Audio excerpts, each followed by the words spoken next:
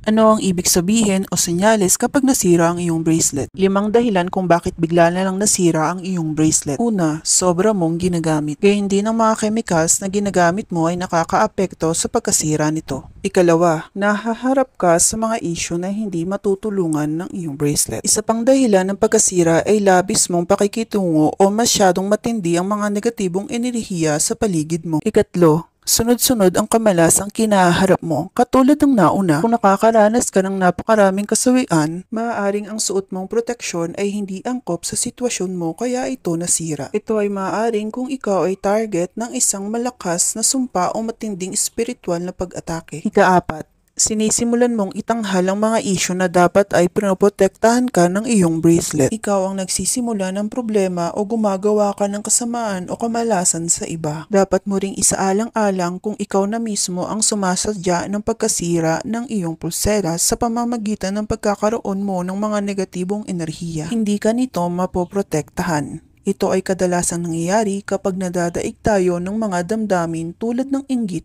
o selos. Ikalima, hindi maganda ang pagkakagawa nito.